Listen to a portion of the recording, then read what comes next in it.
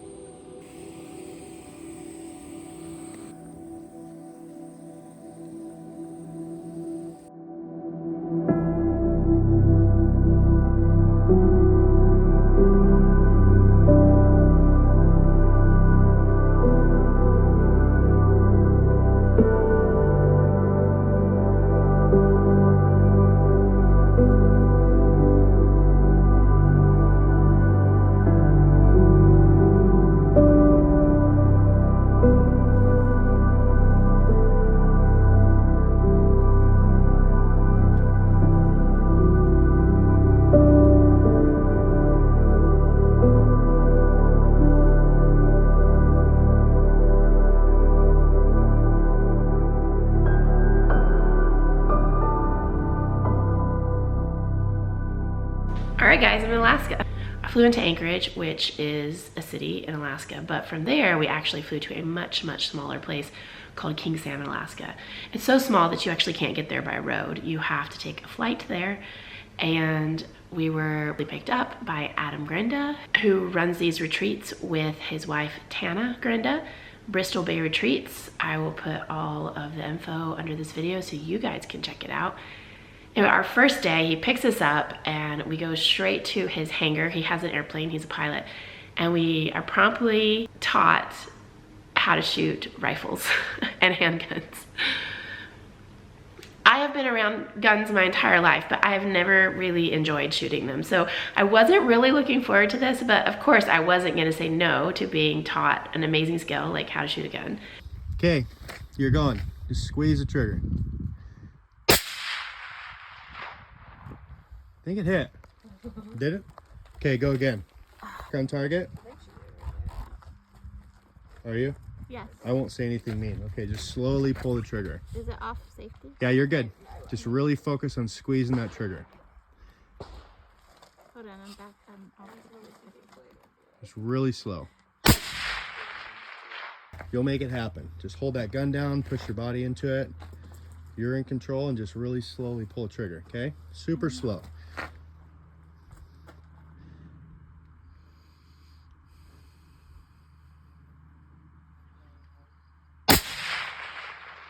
Yeah! Got it. Good job. Kept my eyes open that time. Got it. Good.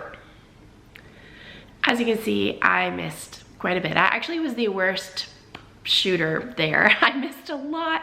We did handguns as well, but I was really proud of myself for overcoming the fear of especially shooting the large rifles and even hitting the target twice at 360 yards with the rifle. And I wish I had written down what kind of rifle and how big and all that stuff, but I don't remember. Tana Grenda is basically the funniest human I've ever been around, and he did such a good job of making me feel comfortable and educating me and teaching me while teasing me a little bit and making me laugh. So it was an incredible experience getting to shoot with him and with all of these other amazing ladies on the trip. And we're now getting on these small airplanes. I have never been on an airplane this small till this moment. I think this was the thing I was the most surprised that I loved so much. This was definitely the highlight for me, was riding on these planes, and I'm sure you'll see why in this video. But we packed up our stuff and now we're heading to a world-class fishing lodge. I didn't really understand whenever I was being given this experience that I was gonna get to have an Alaskan experience that most people who even live there don't always get to have. I probably won't say a whole lot in this video because I'm always around people and I feel awkward talking to myself in front of other people. So anyway, you guys, I'm in Alaska. I'm on an epic adventure, at least for me. Of course, we're staying at this very nice lodge right now, but we're gonna go out into the bush, I think tomorrow morning, for like 4 or 5 days. So I am with a really amazing group called Bristol Bay Retreats, so I'm not like here by myself or anything. and it's just really cool because the first day we're spending here at this lodge and we're going fishing, and we're gonna go see brown bears at Brooks Falls, which are things I just really never even thought I would do.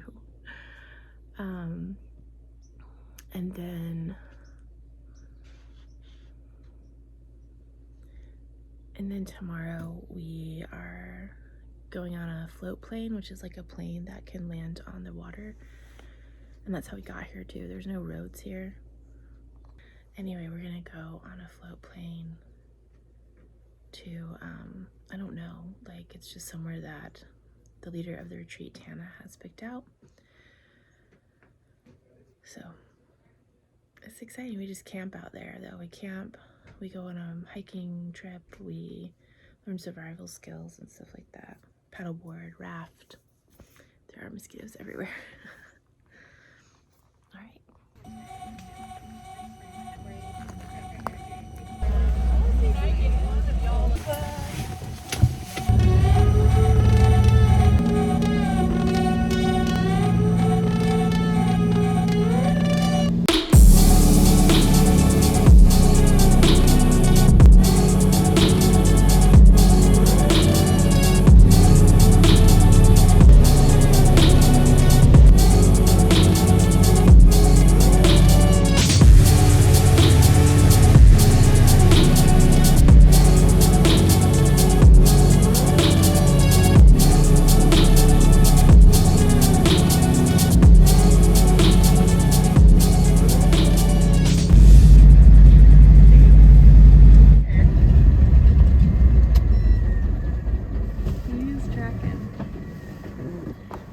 As we land at Brook Falls, there are brown bears on the beach.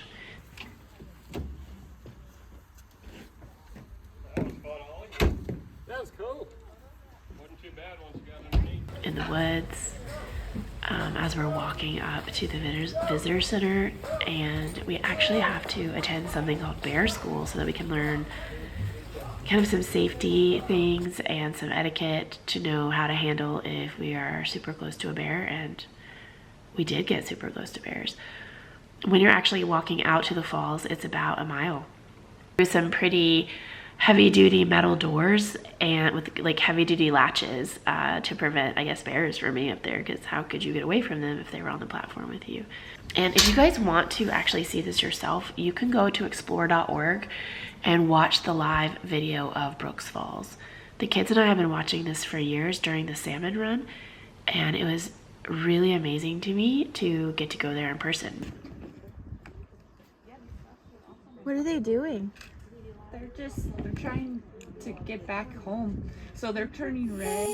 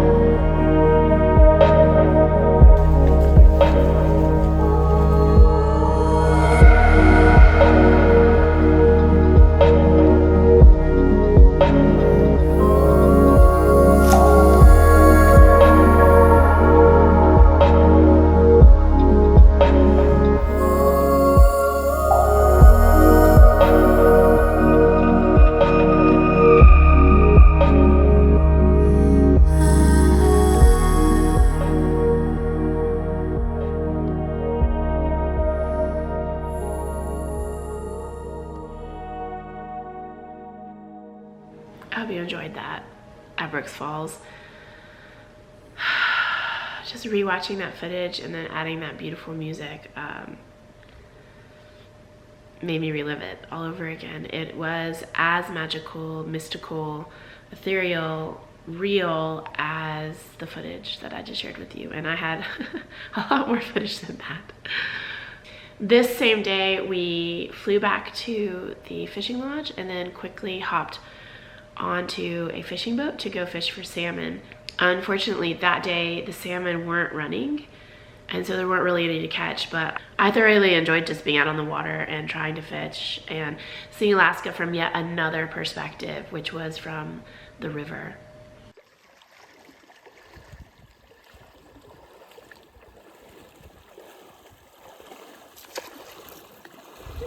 You have a good smile. Ah, she's in there. I didn't even hear him, so. God, I love it here. I love it here too.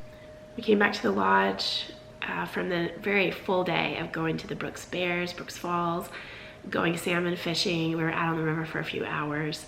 I ended this day with a great meal at the lodge and good conversation, and we'll just kind of plan the day ahead, the night before, based on weather. I can get weather every day, but as you can see, the weather looked awesome today, and this is our morning, so.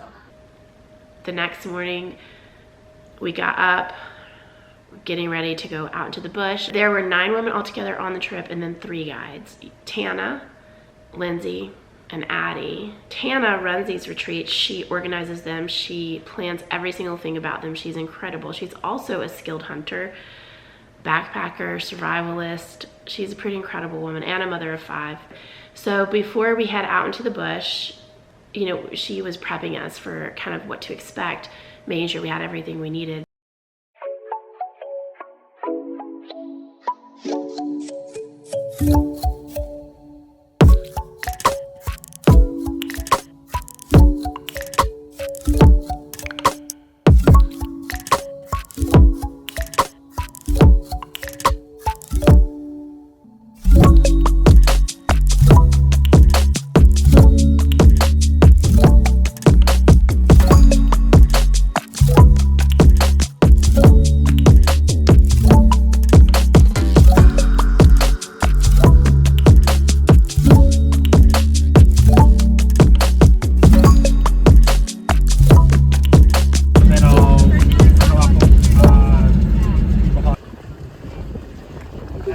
Slide up on the rocks.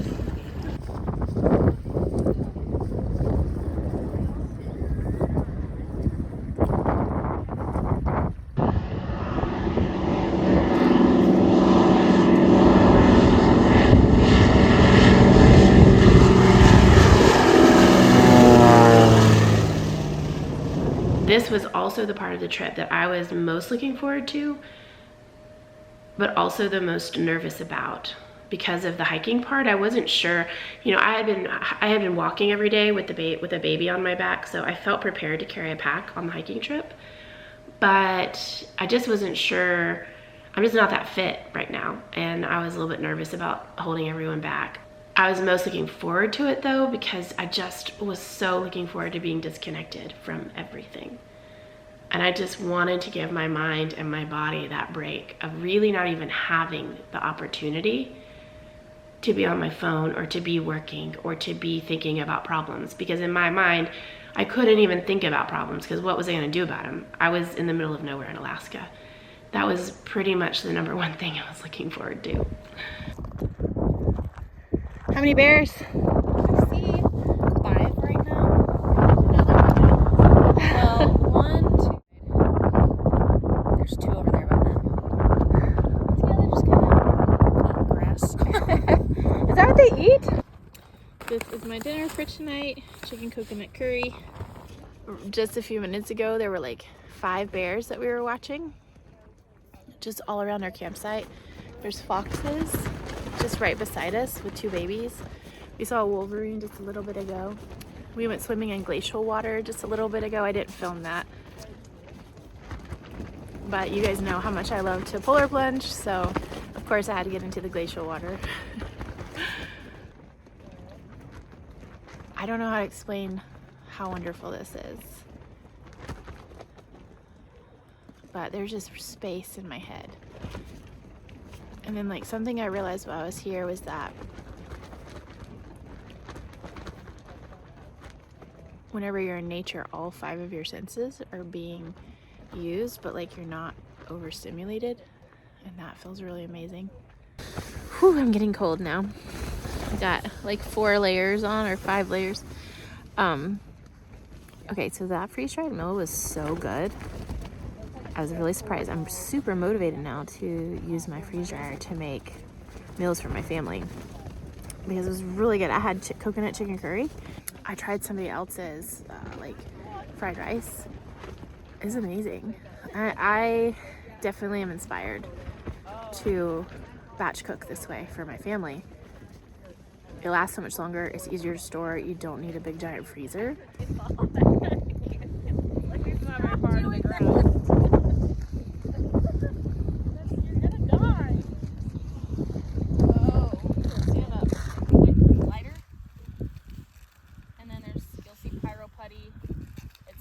Fire starter. I would soak this in water for 2 days and it still lights. You like pull it apart and you have the fibers sticking out. The next morning we headed out on a hike. It was just a day hike, but we were learning how to use backpacking backpacks, so we fitted those to our bodies. They were part of the retreat. They were given to us. And then we packed them up. She showed us what to bring for the day. And it was a lot more than I expected, and it makes sense because we were hiking in remote Alaska. The landscape here is like nothing I've ever experienced.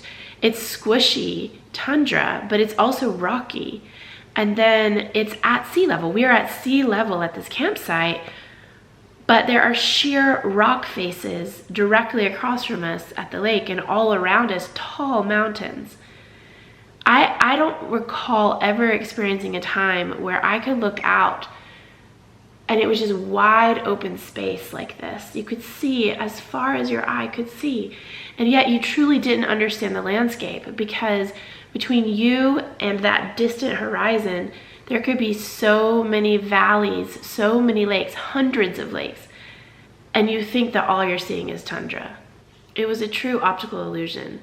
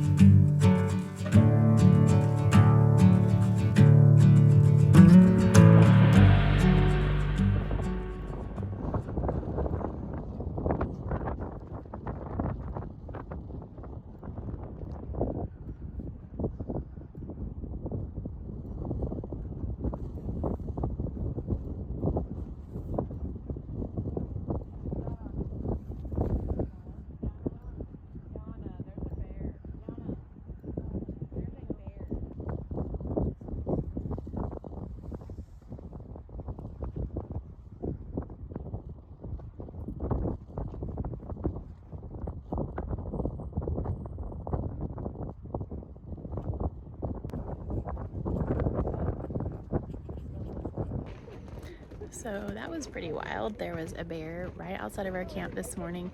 We do have like an electric fence around our camp, and then 3 or 4 guns, which of course I'm not shooting. I can't shoot a gun well enough to shoot a bear, but there are women here that are very much trained and shoot guns a lot. They're hunters, they practice a lot, so they actually wear their guns pretty much all the time when we're here. And that's why, because that wasn't the only bear. There was another one too, like sniffing around this morning. And interestingly enough, like I thought if that happened, I would be really, really scared. But I think because of the fence and the 3 guns, I didn't really feel scared at all. So yeah, this is our last full day here. It's incredibly sunny and beautiful. Pretty much every day has been perfect. We haven't One time it rained a whole lot, but it was like while we were sleeping, so it wasn't a big deal. My hope today is, it's super windy, but it's really sunny. And so my hope today is that the wind will die down and we can go raft the lake. There's a lake over here, and then there's a river that connects it to another lake. And it would be super fun to raft that. And even like be able to get in the water. I got in the water our first day here. It was like almost, it's probably like 70 degrees. The water's freezing. It's glacial water. So, you know, I was just like get in and get out, but I'd like to do that again today. But if it's windy like this, I don't think I will. The last day we ended up learning survival skills and starting fires, learning, you know, that we needed to always have 3 types of fire starter with us whenever we're out in the wilderness, learning basic first aid. And the coolest thing to me was learning how to put up these glassing tarp shelters. That was cool to me. Actually, one of my favorite parts of this whole trip was realizing that my children are incredible and that they actually already knew how to do so many of the things that we were being taught how to do on this trip. Starting fires, setting up shelters, how to pack a backpack, just various things that I just kept thinking and saying out loud, my kids can do that. So that was really cool for me to actually learn some of these skills that my kids have known forever since they were little. Here we are actually packing up to leave. It is super cold and windy and foggy, so the planes cannot come in and get us. But I thought I'd give you a little tour of our campsite before we pack up. You can see our tents down there going crazy in the wind. And then I also just wanted to show you where we went to the bathroom. This is our latrine. Obviously, it was just for number 2. And if you were to ask me what was the hardest part of my trip, I would tell you going to the bathroom, and not for reasons that you think. It's because this latrine was a significant distance from the campsite, maybe 50 yards or so. And you definitely couldn't see the campsite from the latrine, which meant, for all I knew, there would be a bear as I walked over the hill and then down to the latrine. Or a bear could come up over the hill and down to the latrine while I'm using it. It was actually really hard for me every day to overcome that. So we're actually waiting for the plane. They can't see because it's so foggy. There's actually 3 planes coming, but they can't leave till they can see, so we're just enjoying the beach, this incredibly beautiful lake.